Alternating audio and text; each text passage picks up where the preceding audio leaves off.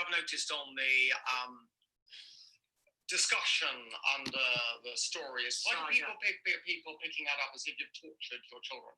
Yeah, you did torture your children, but you know, I don't think you're experimenting in that way. So yes, I didn't see it as an experiment because I could see the truth, but of course others wouldn't accept. No.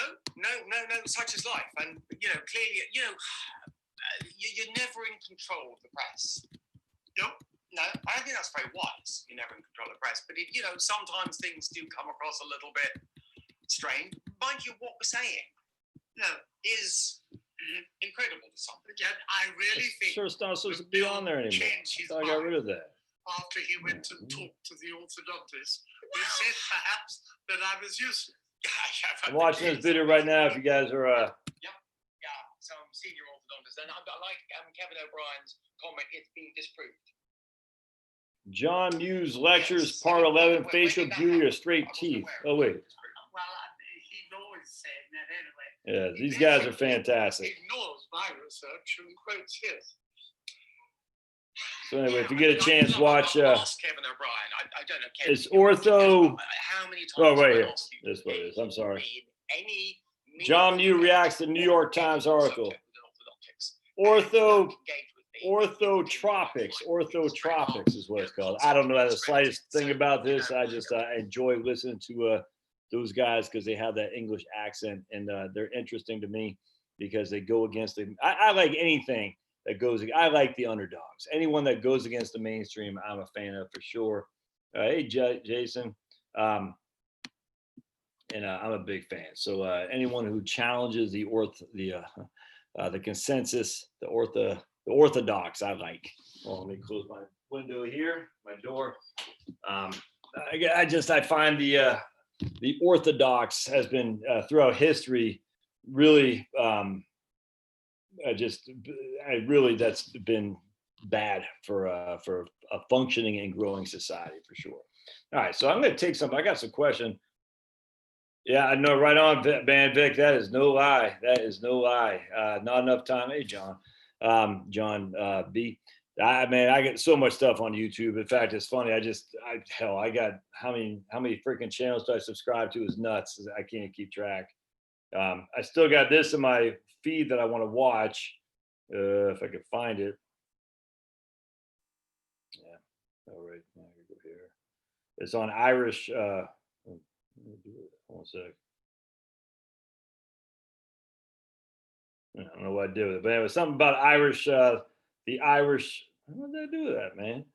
I can't remember, but it's very interesting. Hey, what happened to it? Library. No. All right, so let's start. I want to start by going over let's go over some Q&As first. I said I was going to start with Q&As. All right, so let's see what we got. Some stuff that came in. I appreciate y'all being here. If you're on your phone and you're watching this and you want to subscribe and you want to give me a thumbs up, what you have to do is, I'll show it to you here in just a second. If you're on your phone, because a lot of people are not quite sure how to do it. All right, so there. You're gonna see that it's a live chat thing right there. It's a live chat, and what you got to do is you got to click on that X right there. Click that, and I'll give you the thumbs up thing.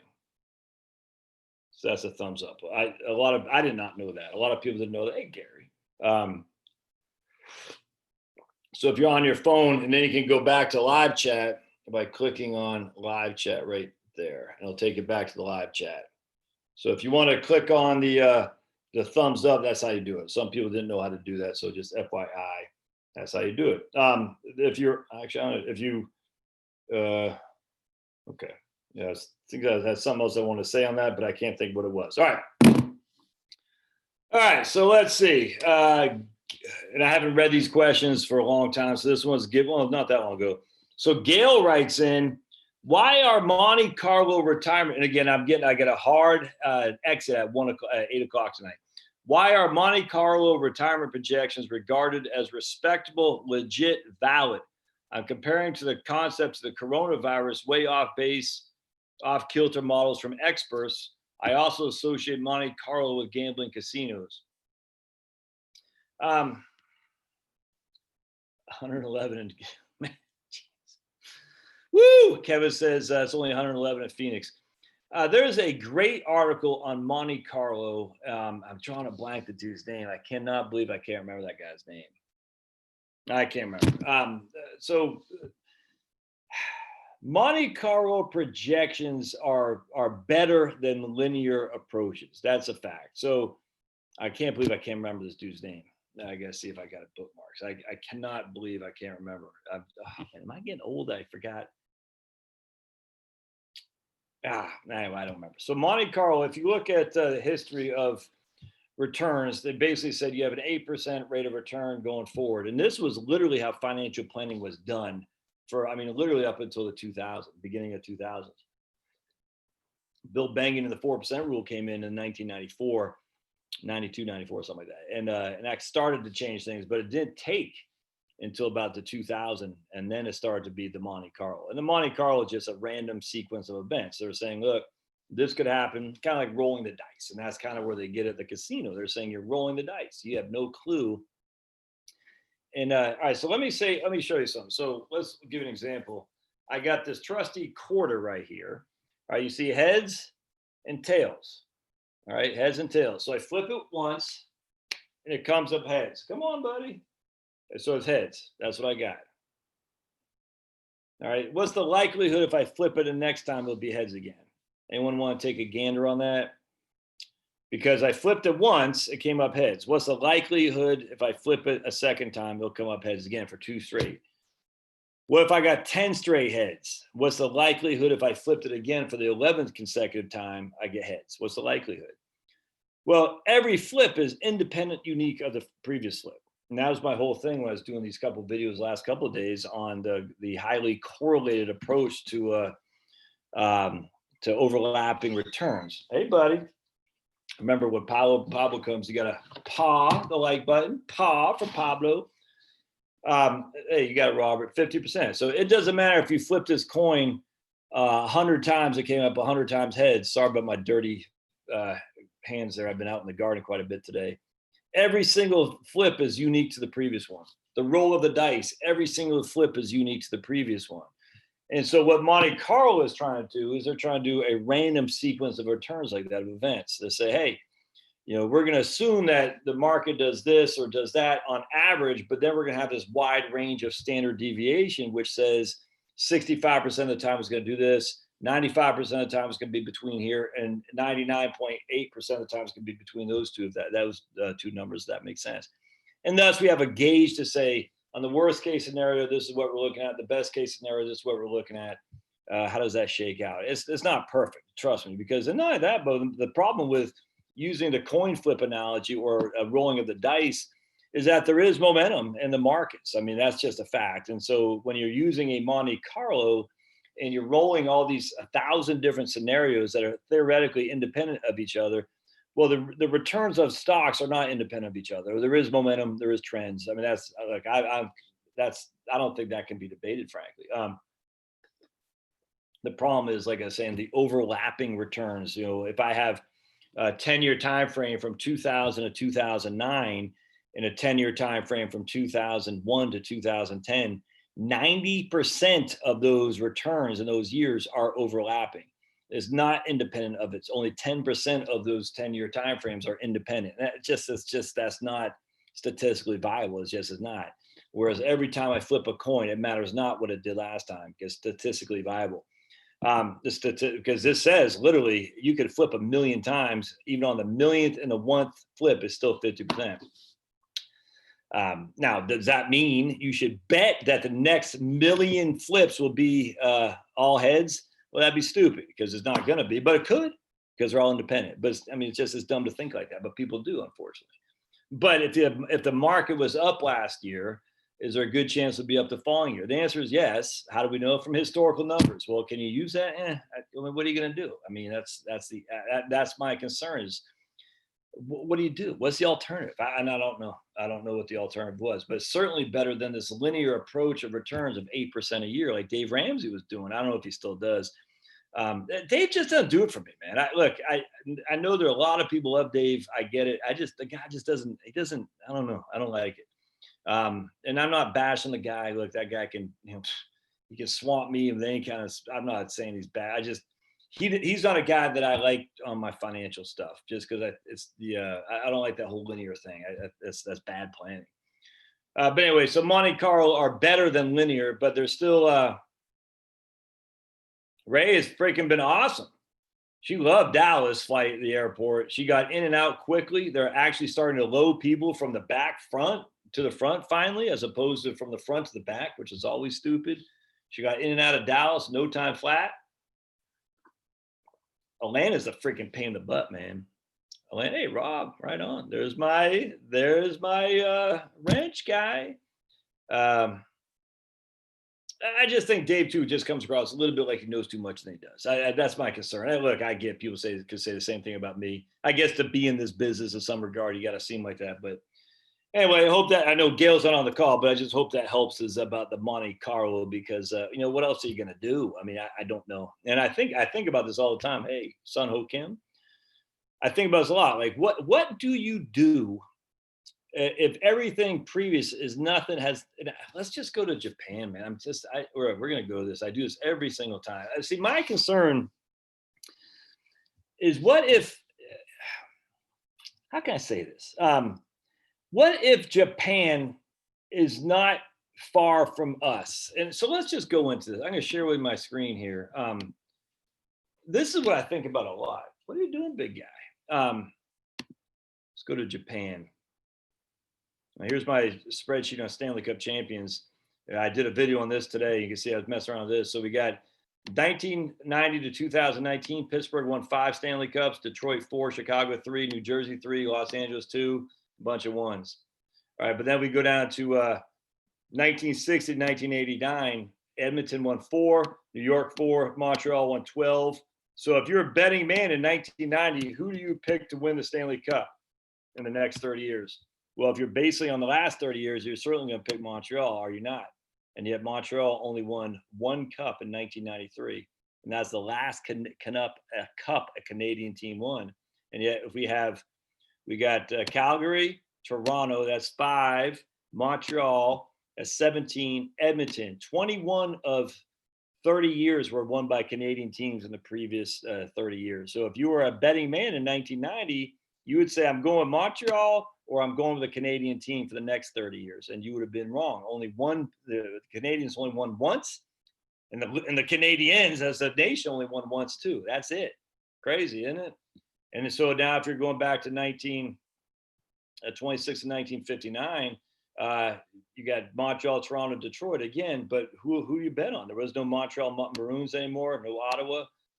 You did not bet on the Flyers. You did not bet on the New York Islanders because they didn't even exist, or the Pittsburgh Penguins. They didn't exist. This is the problem with using these previous years' historic numbers, because the previous years don't mean anything going forward. They just don't. They're completely independent. It matters not who won the Stanley Cup from 1926 and 1959 when we're going into 1960, 1989. Now, there is some turnover from 1959. The Canadiens, I'll show you what I'm talking about.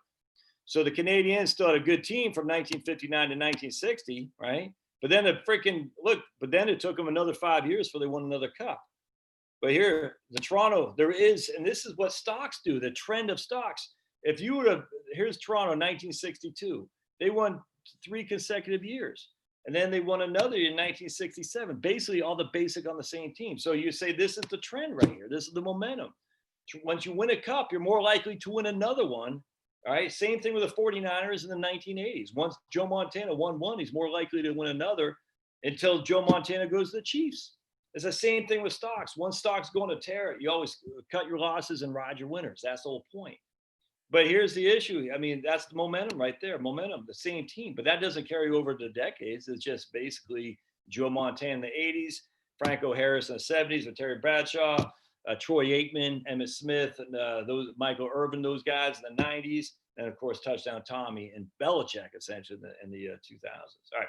So let's go to Japan. All right. So here's this is what. So I don't have any answers here. I'm just sitting there thinking, All right, so remember, Japan was in a world of hurt after the World War II. We all know that. So we got a lot of, look at that. They were up 119%, 19. Look at that. I mean, because of mercantilism, where they're doing their export economy like crazy. And so you're sitting there thinking, man, look at those numbers, fantastic. Look at these numbers, fantastic. 19. I mean, they're just kicking butt and taking aim. Very volatile. But look at all this green from 1978. Look at that. Look at that. Look at that. Until 1989. All right, so right here. I don't know if it's going to let me do it average.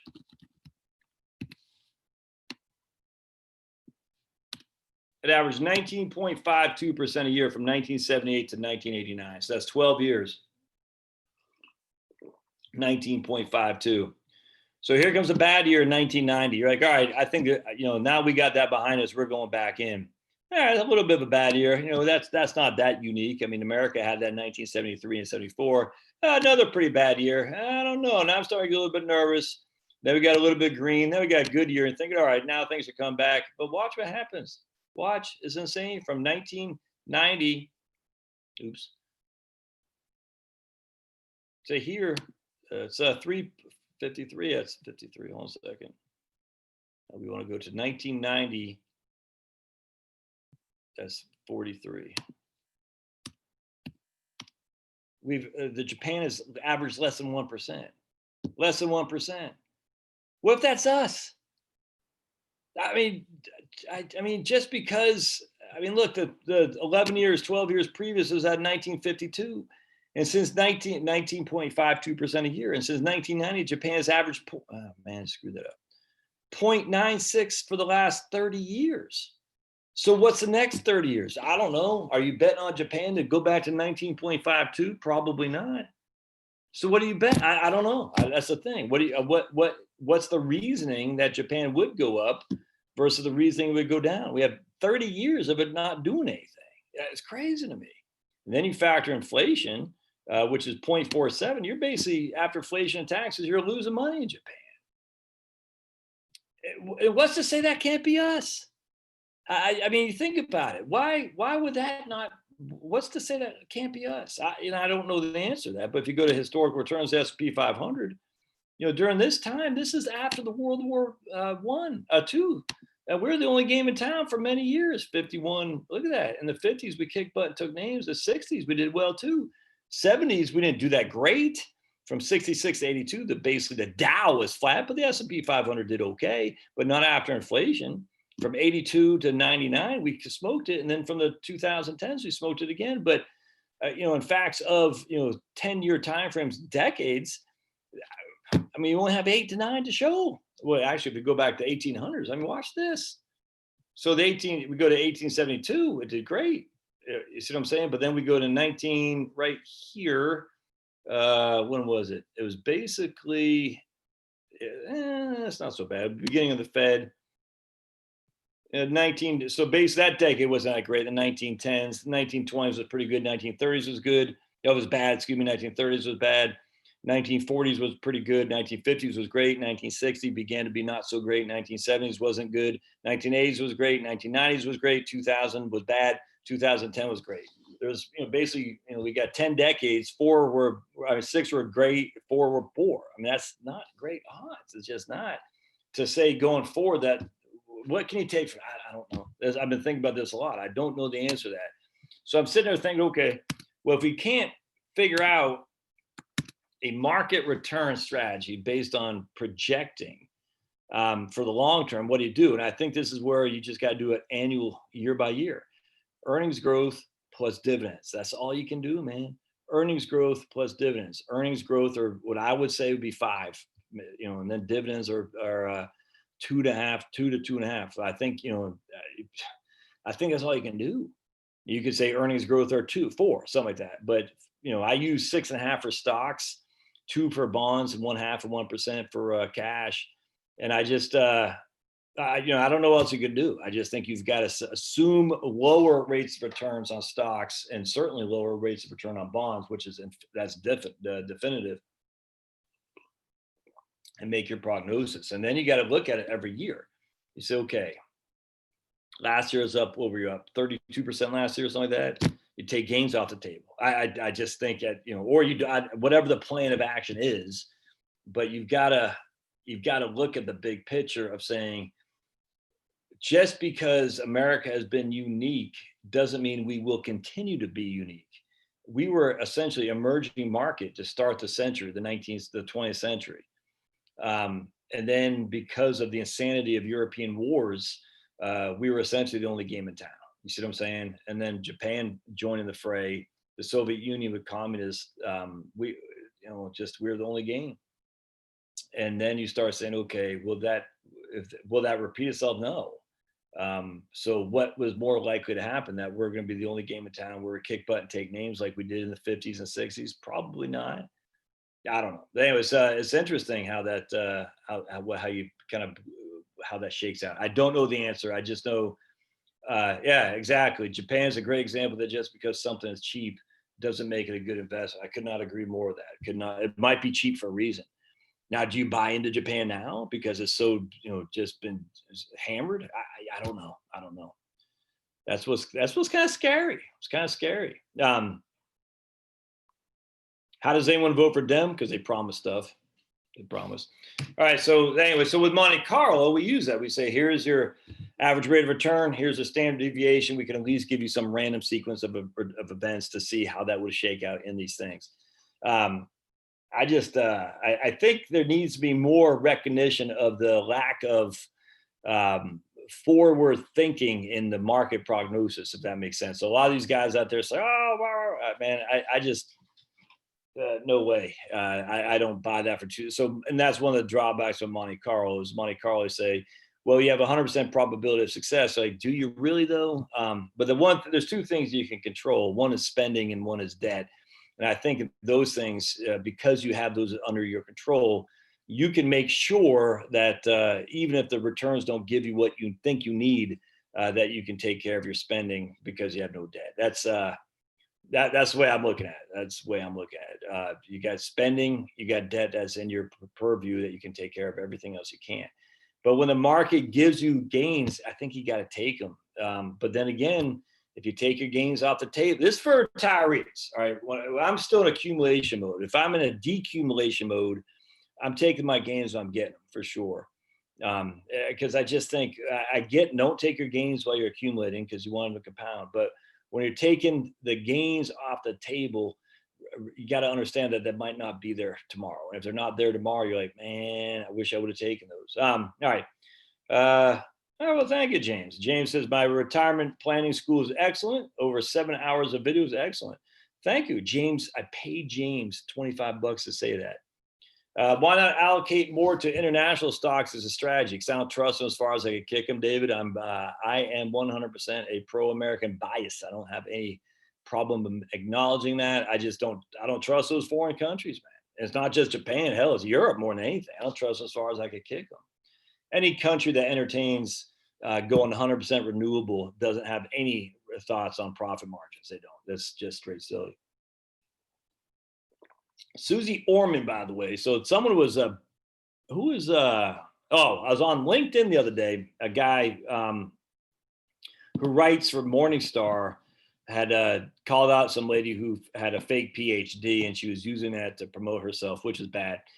There's a lady on YouTube who talks about Susie Orman. It's a great video, actually. I don't know her name either off the top of my head, but I saw it about 2 years ago, how about Susie Orman was basically making the crap up about her pedigree. And I just thought that was kind of interesting. All right. So the S&P goes from 100 to 1,500 from 1980 to 2000. We go up 200% since 2000. People think we are Japan. Again, no one's saying we are Japan now. We're saying we could be Japan. Not to acknowledge that would be silly to me. That doesn't mean we will be. Or we could be Russia. The Bolsheviks. Who knows? We could be Venezuela. We could be Turkey. I mean, we could be anything. But just because the S&P had a great run from 1980 to 2020, that's 40 years, man. The course of human history, 40 years is a freaking pittance for sure. Japan is a great example. Yeah, exactly. We're on top of that. Negative. Well, Japan's got negative population. Yeah, I mean, declining demographics too, but China does as well. And China, as projections currently show, at the end of this century, they're going to have 750 million people. That's it. So if Japan's negative demographic trends are something to be concerned with, well, hell, China is even the worst, is even worse for sure. Yeah, Toronto has won jacks. It's a long time, man. Ice hockey to Sealy, right on. Ice hockey to stock comparison, genius. Thanks. All right, right on, Sun Ho Kim. Sun Ho Kim says, and I don't know if Sun Ho is a man or woman's name, so I'm just going to say, hey, you. But Sun Ho Kim says, that's a great course. Well, thank you, sir or ma'am. Atlanta's a nightmare. Oh, it really is. I wasn't going to be on tonight, Rob, until my wife said she's not landing until 9. So I'll leave here at 8:15. I thought she was landing at 8. How can you determine how much money you need to retire? I followed Dave and just paid off house and no debt, about to turn 40. Yeah, dude, if you got no debt and your house is paid off, I see this as the issue. It's a pittance. If you have no debt, I'm telling you, man, if you have no debt and you have a paid off mortgage, you just don't need that much. Look, I get it. Some people, my brother travels all, he and his wife and 4 kids, they're always traveling. I get some people like that. That's not me and Charlotte, that's for sure. And to each his own, I don't care. My brother's always traveling, not me. My sister travels to Thailand. My uncle, a guy, lives in Thailand with his wife, my Aunt Maria.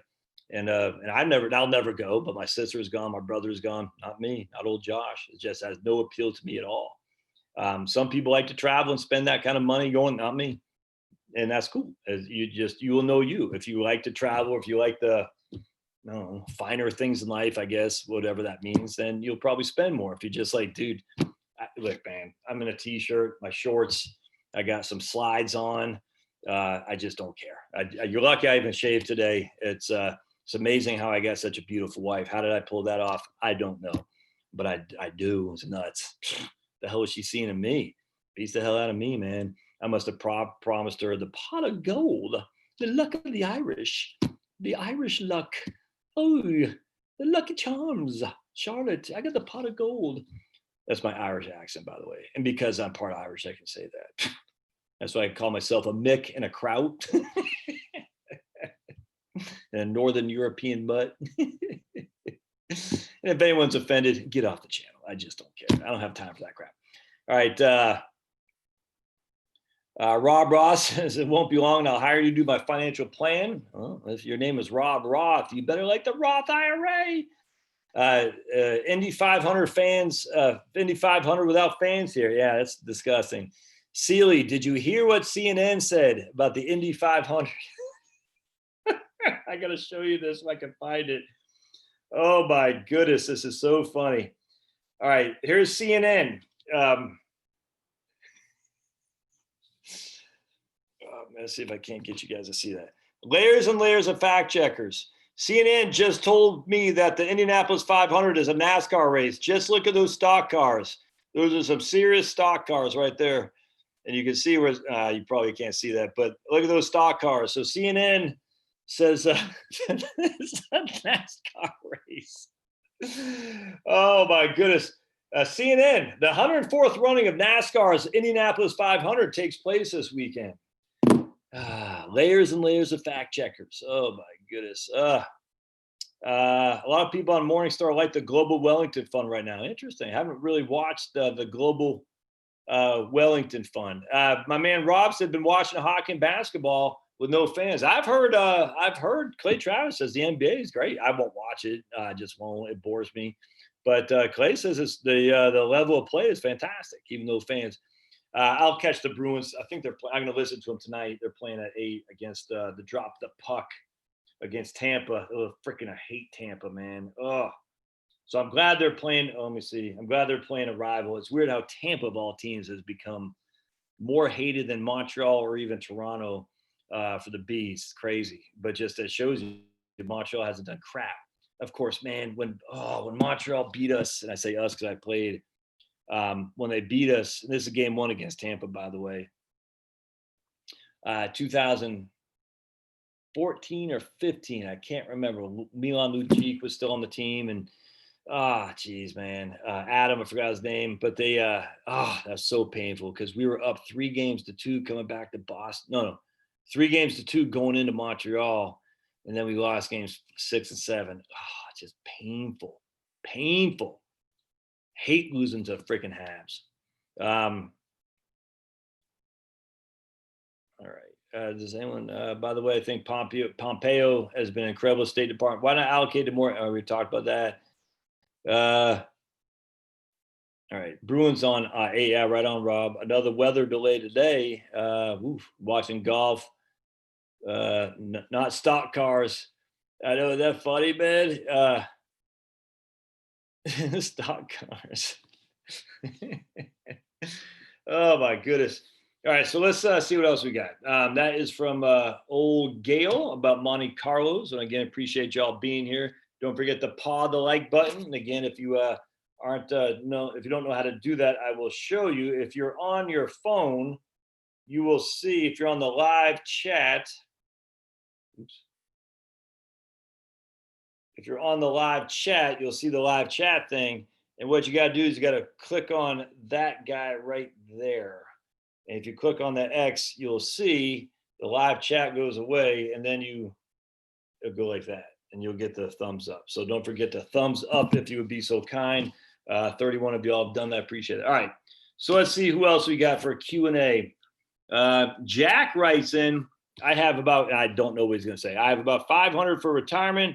I'm 66. I'll retire in the next couple of years. About 100,000 is in stocks. About 100,000 is in cash. What should I be doing with the cash? CDs or other fixed products are paying less than 1. I already have 250,000 in annuities, so I don't want any more of those. I don't know. That's a bad question because I have no clue what you need, man. And he's not on the channel right now, but this is the I don't want to say a pet peeve of mine because how would he know unless he follows the channel? But he's got 500K in retirement accounts, 250 in annuities, 100 in cash, and 100 in stocks. What should he do with the what should he do with the other money that's not annuities? I have no idea. So I can't answer that. That's just, so don't ask those questions. The reason, because if anyone, I guess you could ask that question. If someone answers, run away, because I mean, does he have debt? I want to read you guys this. All right, let me find this. This is what I've been wanting to do. Oh, I forgot about this. Hold on just a second. Larry Kolkov. Hold on just a second. Forbes paying off mortgage. All right, hold on. I want to read this to you if I can find it.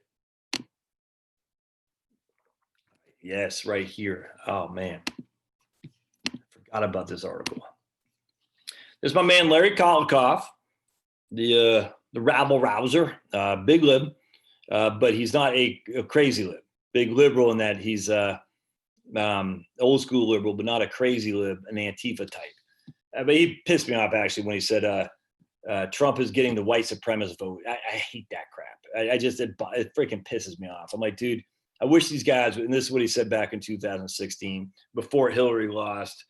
The insinuation is that, what did Hillary say? The deplorables and stuff. I find it to say that about your American voters is just, look, man, I don't know why you would call 63 million people white supremacists. It's just, it's evil crap there. And I get it. He thought Hillary was going to win going away.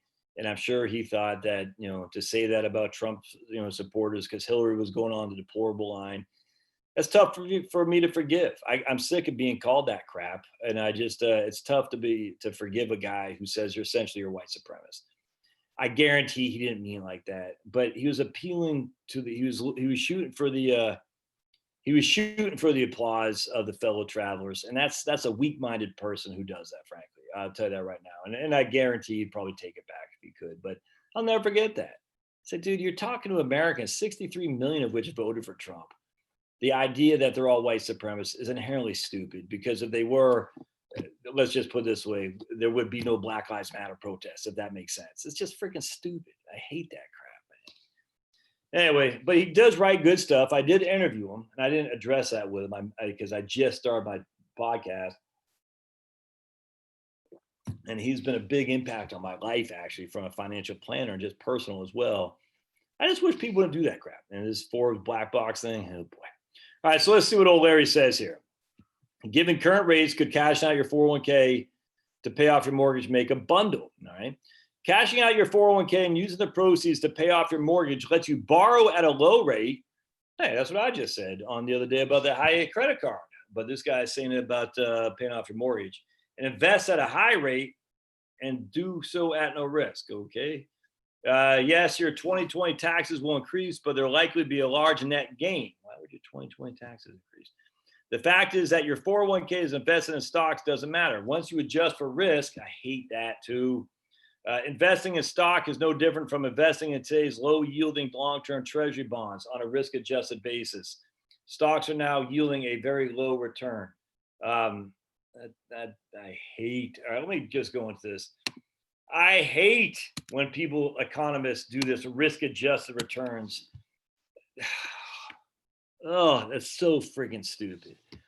I'm going to buy. Hey, what's up, Jerry? My man, Jerry. I hope you're getting YouTube channel videos out there, man, because right now is the time. Right now is the time you make your money on YouTube, everybody. Especially during an election. It's always in the basically the fall to Christmas, because that's the times where people are advertised the most. During an election time is always the big time to start making money. So it's the latter part of the year, the fall time, basically from September on, and then during election time, because I got all these people, Joe Biden on my channel with his Black Lives Matter money that he got advertising. So make sure, Jerry, you're putting out videos, man. I saw that a couple of your videos are going pretty good, man. I think even like in the high thousands, right on. All right, so the risk-adjusted basis is stupid. It always has been. It infuriates me to me. So he's saying stocks are basically a good bet on a risk-adjusted basis. What the hell does that mean? Well, we know what it means. He's saying, look, if I can get 50 basis points, 1% on a treasury, that's my risk-free return. That's what I'm getting. So stocks given an equity premium, what's called an ERP, an equity risk premium. Bonds typically have given us 6, stocks have given us 10. So we have an equity risk premium of 4% is what they say. So 4.5% is what I should expect from stocks. Right on, Jerry. I'll take their Black Lives Matter money for sure. Because we know Black Lives Matter, if you donate to them, it goes to Act Blue, which is donating to the Democratic Party. It's all one big, what's the word I'm looking for? Scratching each other's back. It's actually it's pretty ingenious, I'm not going to lie. All right. Yeah, right, Harry. Risk-free rate used to be 6 many, many moons ago. But now risk-free rate of return on a 10-year, I'm using a 10-year is 1.5%. It's actually 0.7. So if you have an ERP, an equity risk premium, what is my risk for buying stocks relative to bonds? And historically, it's been about 4%. Bonds are 6, stocks are 10. I'm getting a 4% risk premium. Thus, my risk-adjusted return for stocks is 4.5. So if I'm getting 4.5, that is the same as getting 1.5% on treasuries. But that is too flippin' stupid. That's dumb. Because if I'm getting 4.5, that does not mean it's the same risk as treasuries, because the stocks are volatile. This is what, sorry, buddy. This it always drives me crazy. On a risk-adjusted return, you have the same with stocks and bonds. It's freaking stupid, man. In 2000, 2001 and 2, 2007, October to March 9th, 2009, the last quarter of the last, from the last quarter of 2018, never mind from freaking February 14th to March 23rd. I don't give two craps about your stupid risk-adjusted thing. I'm down 35%, 19% in 2018, 54% from October to 2007 to 2009. 9, 12, 22% respectively, and then another 15% in the first quarter of 2003. Bonds don't do that crap. So what's this risk-adjusted return? It's stupid. Drives me freaking insane. Why do economists geez Louise. All right, I gotta go back to Sharon. I hate that crap. Did I tell you all this the other day? I was talking to a guy, a very smart guy. Let's just put it this way, he's a physicist. I'm not going to say anymore. And he took a class by a very prominent economist. Now, I won't say him, but let's just say a very prominent economist, very prominent, won Nobel Prize, basically had written the books, many, and he said he couldn't understand anything that guy was saying. Here's this guy, a very smart physicist. I think physicists know a few things about mathematics. He took an economics class from a very smart economist who kind of changed how economics was done from the 60s into the 70s, 80s, whatnot. Not Milton Friedman, not that school. I won't say anymore.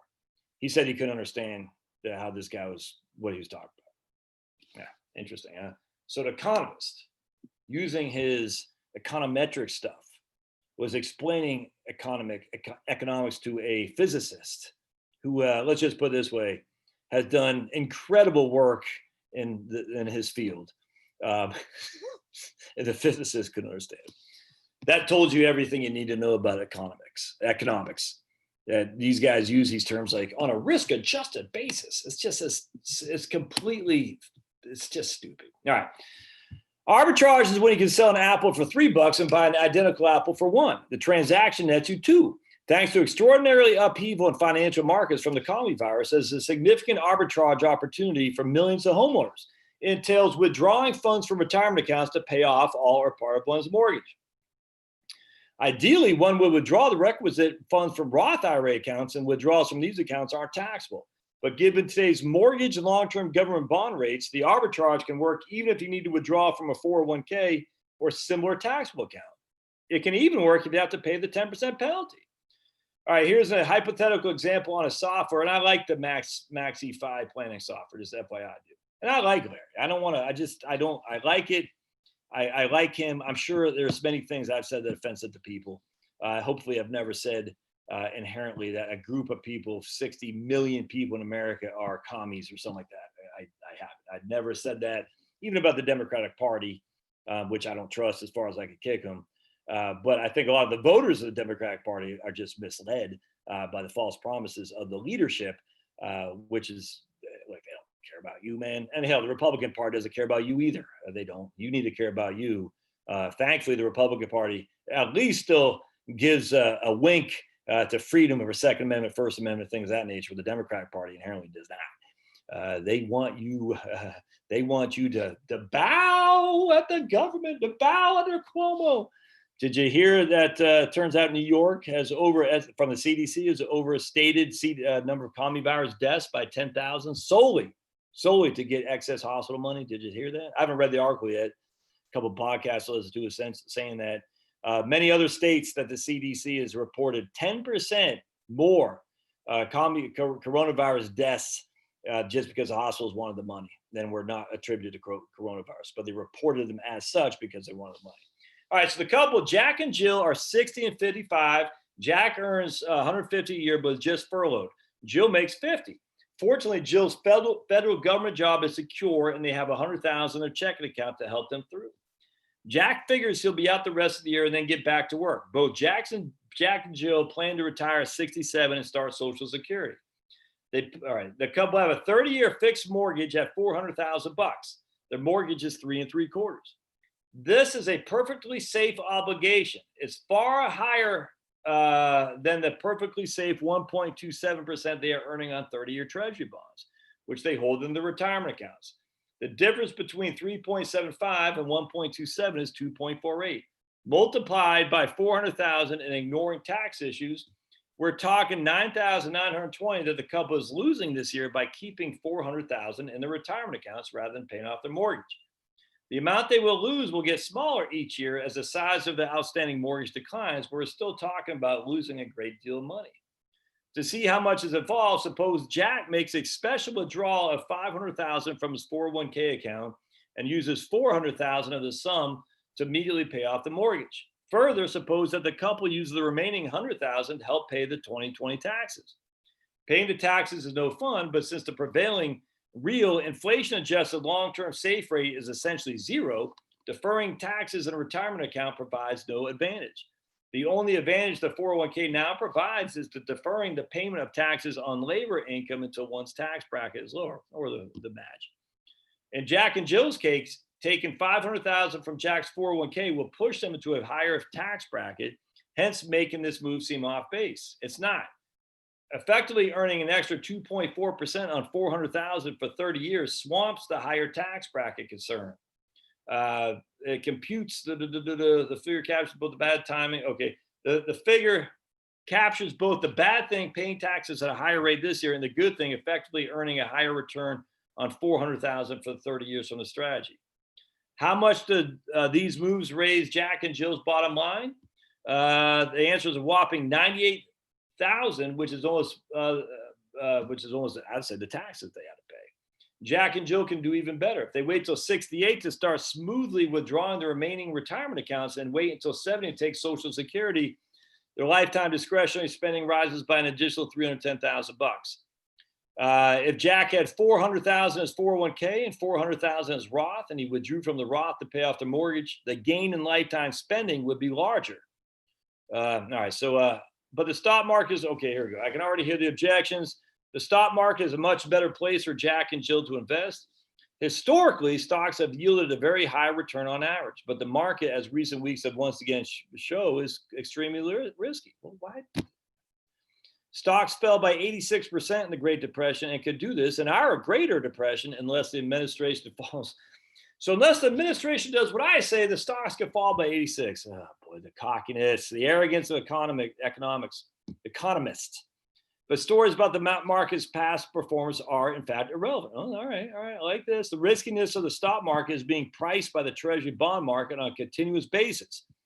Currently, people are willing to earn just 1.27 for 30 years because the market's risk is perceived so high. This is the safe return we can earn, which needs to be compared with the safe return we must pay on our mortgages. Finally, 3 caveats. Mortgages are good hedges against inflation. I completely agree with that. If prices rise, we get to pay off our mortgage with watered down dollars. Yeah. The Fed is printing lots of money these days. If it keeps doing so, it's possible we can move from a very low inflation to substantial inflation. But then again, the long-term expected inflation rate is only 1.3%, as indicated by the essentially zero return on tips. I completely agree with that. If there was a high preponderance of expectations for inflation, the Treasury inflation protected securities would be going through the roof. Second caveat is refinance rates may fall, but did you hear about the Fed now, the Fannie Mae and Freddie Mac putting 50 basis point, 0.5 of 1% fee on refis? I haven't read into that yet, but I just saw an article on that the other day and I skimmed through it, a cursory look. But I said, oof, so refis can be even more expensive. But look, I don't have any qualm with that. I mean, if they got to do that to keep the operating, that's what they got to do. No different than a reverse mortgage. You're paying 50 basis points for the insurance, the mortgage insurance premium. Coronavirus. Third, the nominal return on long-term Treasury bonds might rise, which reduce the ex post value of the proposed arbitrage.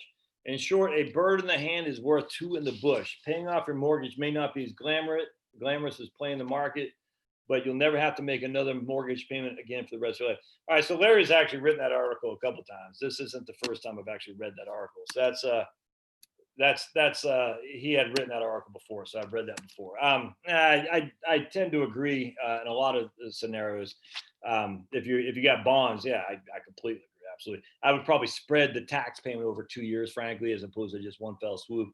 And if you don't have the money to pay off that $400,000 mortgage, but you're still stuck, like I don't have enough to pay off my mortgage. So if you're still stuck on paying a mortgage after you reduced all your money, that's not, you want to pay off the mortgage and be done with it, or don't pay it off at all. Put my mask on, Josh, right on, because I'm going to give coronavirus this guy. Look at him. He's so cute, aren't you?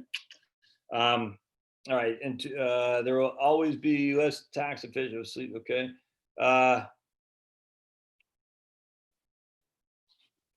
My brother took out 72T plan. We took money from his 401k, paid his mortgage, deduct the interest, and put the same amount into the 401k.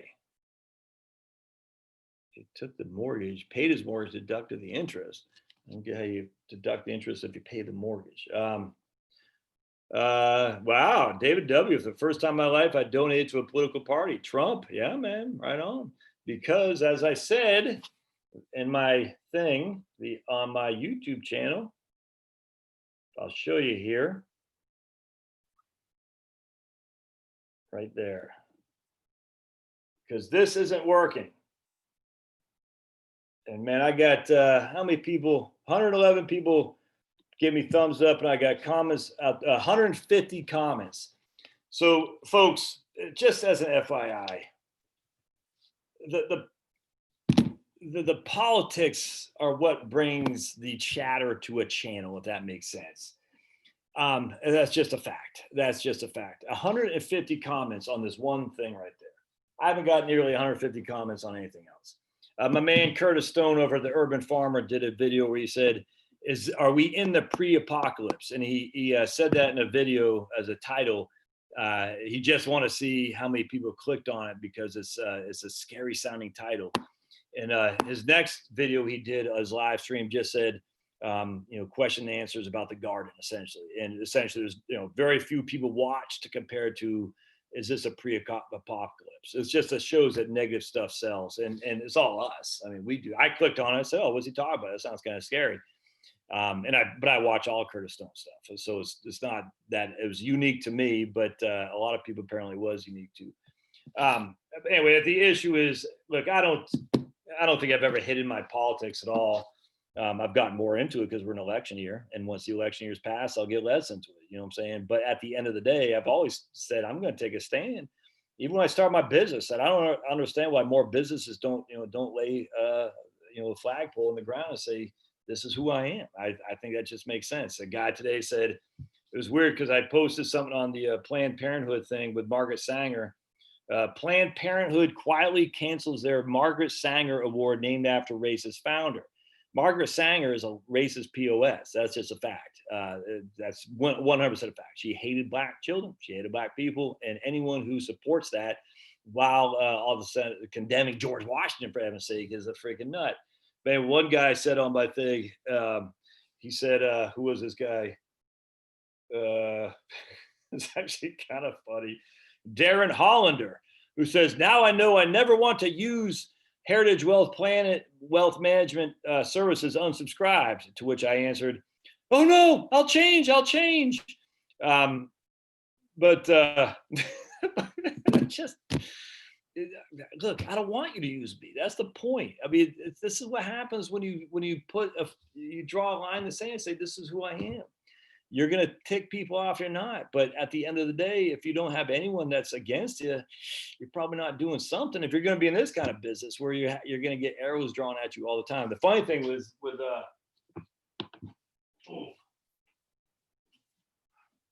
Darren Hollander, here's my man Paul Hollander, who since died. The Political Pilgrims, Travels of Western Intellectuals to the Soviet Union, China, and Cuba. A horrible book. I mean, it's a great book, freaking awesome book. It's just a horrible when you start learning about like Paul Robeson and George Bernard Shaw and all these clowns who have supported the commies, even when they found that the communists were killing people. And here he signed it for me, my man. To Josh Scanlon, with all fond wishes, some wishes. Read like you make it worthwhile to read it like you made it worthwhile to write. January 2002. R.I.P. to Paul Hollander, man. That's this. Oh man, freaking off real quick. And then we got, if I can find it. Oops. Hold on. Oh, right here. This right here from Rebecca West, The Meaning of Treason. Oh, another great freaking, to the memory of Harold Ross, first editor of the New Yorker. I skimmed through this many moons ago, but this is the revolutionary, the new phase, the decline and fall of treason. A lot of you have sent me that video from the commie that came to America. I forgot his name, but he was part of the, I think, KGB. Yuri, he's running around on YouTube quite a bit now. And it's very interesting because we got lots of data what's going on right now that would lead you to believe that this is all part and parcel of a communist dynamic. The Comintern, the Communist International, for sure, it's still out there, even though Russia is gone. We found a Houston Chinese consulate is funding Black Lives Matter. to show them how to riot and whatnot. And you do not have to be a John Bircher to think this is not the way it's supposed to be in America. That's a fact. And the crazy thing is that some of you don't even know who John Birch Society is, which is fine. But that's what it used to be anti-communist. They say, you're a John Bircher. This is back in the 60s. And you say, no, I just can't stand communists. Communists are evil. They need to be always looked at evil, no different than Nazis. Nazis are evil. Anyone who does the freaking overhand salute needs to be freaking sent to the pasture. Anyone who does the hammer and sickle needs to be sent to the pasture too. They all need to be going away. That's a fact. And the issue is, if you said the commies are treasonous and they're infiltrating U.S. education systems back in the 60s, they thought you done went crazy, like Joe McCarthy. But Joe McCarthy was right. He was right. He wasn't wrong. And we know that. Alger Hiss commie, got another up there, Witness by Alger, talk about Alger Hiss by Whitaker Chambers. The same thing over and over and over again. I was reading right now. It didn't really do that much for me, but Rose Wilder Lane, who's the daughter of Laura Ingalls. Anyway, she actually went to a couple of commie meetings in New York City back in the 20s or 30s or something like that, but got disenchanted when she realized a lot of those people were just clowns, essentially. And then she became a pretty staunch libertarian. But anyway, it's pretty interesting. So this is the stuff that we're dealing with. So when I hear a guy like Darren Hollander, who is offended by me calling out Margaret Sanger for the racist POS that she is, I'd have to say, Darren, are you okay with what she said? Because if you are, and then you're also supporting things like, there's an inconsistency there if you're going to be on the left, let's just put it that way. Margaret Sanger is racist, no different than Nathan Bedford Forrest, none whatsoever. Racist as all can be, and you cannot allow that if you're going to be, I care for whatever kind of people you're trying to advocate for. It's evil crap, man. Just read what she's done. Anyway, it's interesting there. So then it just made me think of my man Paul Hollander, just a patriot for freedom. And then the interesting thing is my wife. I'm sure I've told you this a million times. My wife's dad and her mom, they met while he was a teacher teaching Chinese at Western Kentucky University. And she was one of his students. They met and they got married, they had kids. And he was a translator for the DOD because he spoke Russian, he spoke Chinese, he spoke Italian, French, all kinds of languages. 6'4", Irish guy. I never met him. He died when my wife was 16. 6'4", white as Casper the Ghost, Irish guy. Big guy, like basically all the men in my wife's family is who would kick my butt. But anyway, so they went to a Chinese, like that Seinfeld thing when George's dad goes and the Korean people are giving him a manicure or something like that. He starts speaking Korean. Well, my wife's dad, and my wife's mom, who's probably 6 foot as well, they go to Chinese restaurants and start speaking Chinese. To see a 6'4", pale as can be Irishman start like a big guy, 6'4", 250, start speaking Chinese. Must have been funny as hell. Well, anyway, so when my wife's mom died, and I'm gonna have to get off here in just a second, so I go pick her up at the airport. When she died, we got to go up and clean out the house. They lived in Dale City, Virginia.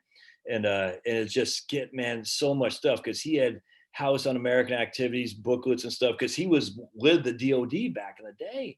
He said, I mean, it's crazy. And all kinds of stuff I got, like in Russian. He spoke Chinese, Russian. Yeah, I said that. But all kinds of stuff like books and booklets that are literally in Russian. It's crazy. It's like a treasure trove for people who are interested in history, especially the fight between the commies and the good guys. And it's just, I can't read Russian. My wife a little bit, but anyway, I got all these books that are in Russian, just from the Russian communists. It's crazy, man. The propaganda is insane. So it's always been of interest to me. And the fact that, my wife and I are married, and the fact that her dad was, and mom, it's incredible. It's incredible. And the fact that some crappy old house in Dale City, Virginia, housed all this great info from the 60s intel about the Russian propaganda, and he was translating it. It's crazy, and how it would go over to the House Un-American Activities Committee and stuff. Oh, it's crazy. Anyway, all right. So I guess let's see. We're gonna see what we got here. Just a couple more. Trump rally starting tomorrow, Ray. All right, where? Well, I mean, I hope, are they outside? I hope. Did you see Trump getting that pizza at some place in Pennsylvania? That was pretty awesome, man. All right, Tim says, are there age limits on pension withdrawals to avoid fees, such as, no, not, well, it depends on what you mean by withdrawals, Tim. Whenever you take a pension, that automatically falls under the separately equal periodic payments. It's SEPP, the 72T is what it is. So anytime you're taking a pension, you can be 40 years old and get a pension. There's no penalty at all whatsoever. Now, if you have a cash balance pension plan and you're just taking a distribution out one time, that would be subject to a penalty. It depends on what you mean by withdrawals. If it's an ongoing same amount withdrawal as a pension, it's not subject to a penalty. If it's just a one time, I'm just pulling this money out, it would be, absolutely.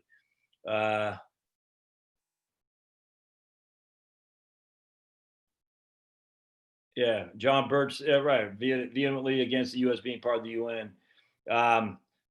Okay. Harry he doesn't feel the same 2016 Trump energy. Well, because they've shut it down by deliberate. I'm telling you, man. Sanger was eugenics provocateur of first order racial cleansing by abortion and sterilization. Yep. Should we buy some puts as in, see, I don't think a Biden win is going to negatively hit the market, David. I don't. I mean, look, I think at the end of the day, a Biden win is kind of what the market's open for because he's a globalist. And the markets love globalists. They love cheap labor. They love, basically monopolistic entities where they get to tell, the government tells them how to operate. It's fascism 101, man. The government says, we want you to do this, be green energy. They said, you got it, sir. And we're going to go out there and privatize or profit like a crazy, socialize the risk and privatize the profits. Yeah, it's going to kill many people and they won't be able to feed they heat their homes and stuff. But hey, at least we'll get rich and we'll have our Martha Vineyards freaking beach house, even though we're worried about sea levels rising. It seems kind of odd. But anyway, what's going to happen is they don't care. They just want the money. They want the cheap labor. They want the globalism and they want to be able to travel to Davos. They want to go to Epstein Island and stuff. I mean, these guys love Biden. They do. That's just, they like that. They do not like Main Street. They like not having competition. And the best way to have no competition is to join the globalist campaign. It's just all there is to it, man. All right, so I'm going to get out of here, my friends. Let's see. Yeah, Marcus Sanger, man. I'm going to get out of here. I got to go down to get my wife at L Airport. And so appreciate y'all being here. We'll do another live stream this week.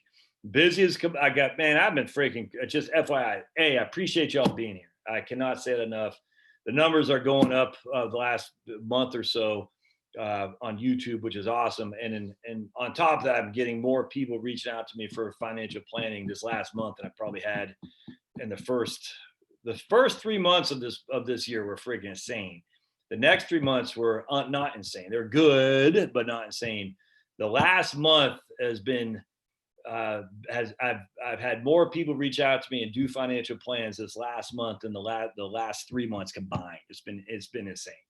And the best thing is when you do what you love to do. Here it is, what, a Sunday night, the Bruins are getting ready to drop the puck, which I listen to on the radio. But when you do what you love to do, you're always working. Like I talked to a guy today. He lived in Hawaii. I'm here. Talked to him at 4 p.m. Talked to 3 people yesterday, 3 people on Friday. It's just, I do the videos. It's freaking, when you do something you love to do, you're always working. And it's always fun. It's awesome.